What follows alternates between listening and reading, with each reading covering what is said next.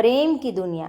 आज की कहानी भी बनारस शहर की है, जहां प्रेम नाम का एक 16 साल का लड़का रहता था। प्रेम छोटी जात का था। उसके पिता बनारस के घाट पर मृत शरीरों को जलाने का काम करते थे और प्रेम उनका इकलौता बेटा था। प्रेम बचपन से ही ऐसा लड़का था जो घर घर पर कभी टिकता ही नहीं था। उसकी माँ बेचारी मैया यशोदा कृष्ण जी के आगे पीछे भागती थी, वैसे ही प्रेम के पीछे भागती थी। लेकिन प्रेम कहाँ रुकने वाला था। वह तो अपनी गली का कृष्ण था, जिसने पूरी गली को सिर पर उठा रखा था। राधा की दुनिया। उसी गली में एक लड़की रहती थी, जिसका नाम था राधा। राधा जात से ब्राह्मण थी और उसके पिता एक वरिष्ठ पंडित थे, जिनके सामने पूरा समाज झुकता था। प्रेम की माँ उनके घर बर्तन भी साफ करने जाती थी और कभी कभी प्रेम भी अपनी माँ के साथ राधा के घर आया करता था। लेकिन राधा और प्रेम की कभी मुलाकात नहीं हुई थी। प्रेम अपनी माँ के साथ राधा के घर जाता और फिर चुपचाप लौट आता। पहली मुलाकात स्कूल में। इन दोनों की पहली मुलाकात स्कूल में हुई थी, जहाँ पहली बार प्रेम ने राधा का चेहरा देखा था। दरअसल राधा जिस स्कूल में पढ़ती थी, वो स्कूल बहुत महंगा था। उसकी फीस इतनी थी कि उसके प्रेम के घर का साल भर का खर्चा चल जाए। प्रेम की माँ चाहती थी कि उसका बेटा भी अच्छे स्कूल में पढ़े। उसने पंडित जी से विनती की कि उनकी बेटी को भी उस स्कूल में दाखिला मिल जाए। पंडित जी की तो पूरे शहर में चलती थी। उसने प्रेम का उसी स्कूल में दाखिला करवा दिया और उसकी फीस भी माफ करवा दी। अब प्रेम भी उसी स्कूल में जाने लगा जहाँ राधा जाती थी। दोनों एक ही कक्षा में थे, लेकिन यहीं भी उनकी कभी मुलाकात नहीं हुई। प्रेम बैंक वेंचर था। वह हमेशा पीछे बैठता था, जबकि राधा हमेशा आगे बैठती थी। ड्रामा बना प्यार की शुरुआत। कुछ महीने बीते, फिर स्कूल में एक फंक्शन आया जिसमें एक ड्रामा होना था। प्रेम को तो बचपन से ही फिल्मों का बहुत शौक था। उसने एक्टिंग अच्छी लगती थी। जब क्लास में टीचर आई और पूछा, बच्चों स्कूल में एक फंक्शन होने जा रहा है जिसमें एक ड्रामा होगा, आप में से कौन कौन इसमें भाग लेना चाहता है। प्रेम ने सबसे पहले हाथ खड़ा किया। उसके बाद बाकी बच्चों ने भी हाथ खड़े किए। कुछ लड़कियों ने भी हाथ खड़ा किया, लेकिन राधा ने नहीं किया। राधा की फ्रेंड्स ने उससे कहा भी, तुम भी हाथ खड़ा कर ले, ड्रामा करने में बहुत मज़ा आता है। लेकिन राधा ने मना कर दिया, क्योंकि उसे लगता था कि ये सब समय की बर्बादी है। उसके बाद अगले दिन से ही रिहर्सल शुरू हो गई। प्रेम की एक्टिंग देखकर मास्टर जी ने उसे लीड रोल दे दिया। प्रेम कृष्ण का रोल कर रहा था और राधा का रोल उसकी एक सहपाठी लड़की कर रही थी, जो राधा की दोस्त थी। रिहर्सल के दौरान प्रेम और उस लड़की में दोस्ती हो गई। लड़के ने राधा के बारे में बहुत कुछ बताया, लेकिन तब प्रेम ने ध्यान नहीं दिया। कुछ दिन बाद वह लड़की बीमार पड़ गई और अब रिहर्सल में नहीं आ रही थी। प्ले में अब सिर्फ 10 दिन बाकी थे। मास्टर जी ने राधा से अनुरोध किया कि वह अपनी दोस्त की जगह राधा का रोल प्ले कर ले।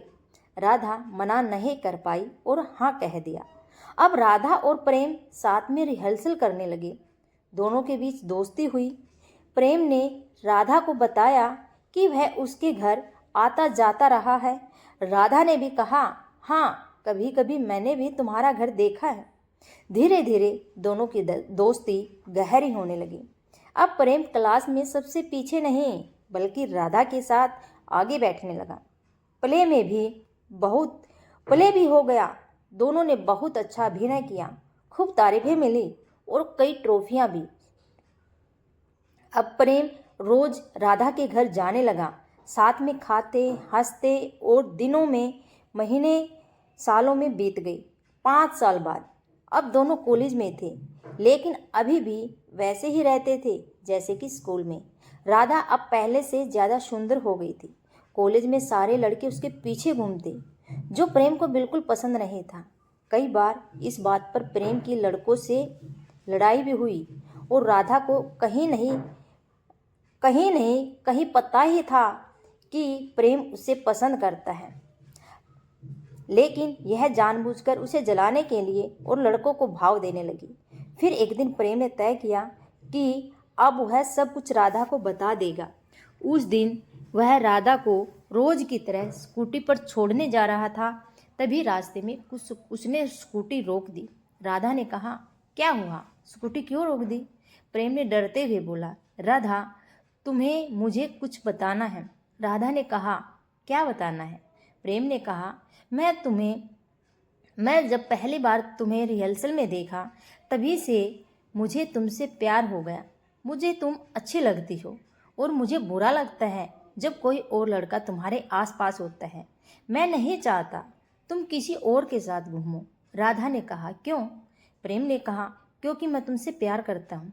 बचपन से ही आज तक मैंने सिर्फ तुमसे प्यार किया है और तुम सिर्फ मेरी हो। I love you Radha.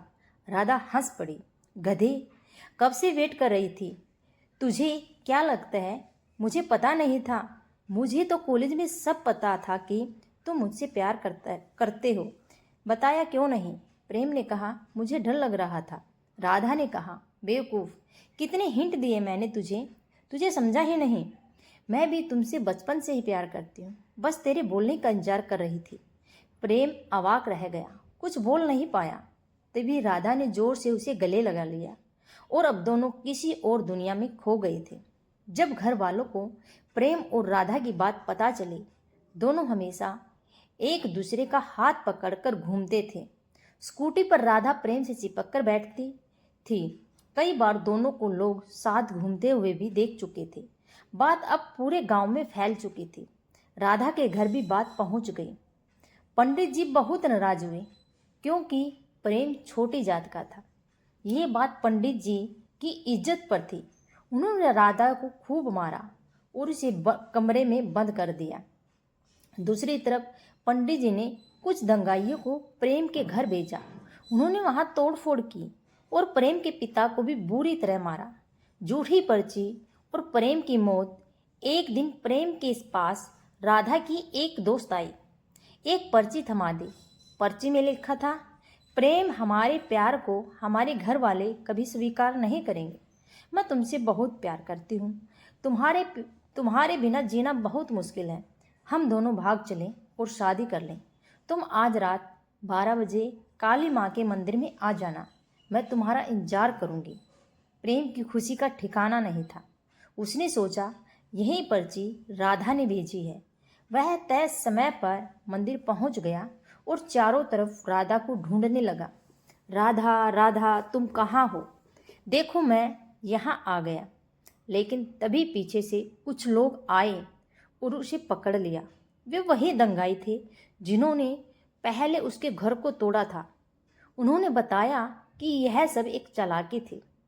पंडित जी ने ही उसे मारने के लिए ये जाल रचा था और वह पर्ची पूरी तरह से झूठी थी। उन्होंने प्रेम को बहुत मारा, उसके हाथ पांव तोड़े और उसके फिर पेट में छुरा घोंप दिया। मरते वक्त भी प्रेम बस राधा का नाम ले रहा था। राधा को जब प्रेम की मौत की खबर मिली, सुबह सुबह प्रेम की माँ राधा के घर के बाहर जोर जोर से रो रही थी। मार दिया मेरे इकलौते बेटे को, मार दिया। ये ब्राह्मणों ने मेरे बेटे को मार दिया। राधा को पहले यकीन नहीं हुआ। फिर वो छत से नीचे झांकी तो देखा कि प्रेम की माँ प्रेम की लाश के पास बैठी बेहाल होकर रो रही थी। प्रेम का शव उसी घर के सामने पड़ा था। चारों ओर भीड़ जमा हो गई थी। राधा यह सब देखकर डर गई और भागने लगी, लेकिन पंडित जी ने दरवाजा बंद करवा दिया और उस एक कमरे में बंद कर दिया। अब राधा उसी कमरे में अकेली थी। वह जोर जोर से रो रही थी। उसके दिल पर भारी बोझ था।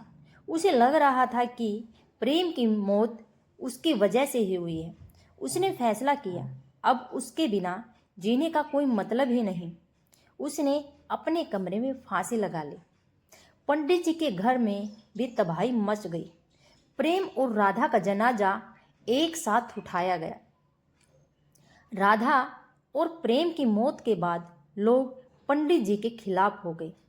उनके घर के बाहर भीड़ जमा हो गई और नारे लगने लगे, प्रेम और राधा को इंसाफ दो, इंसाफ दो।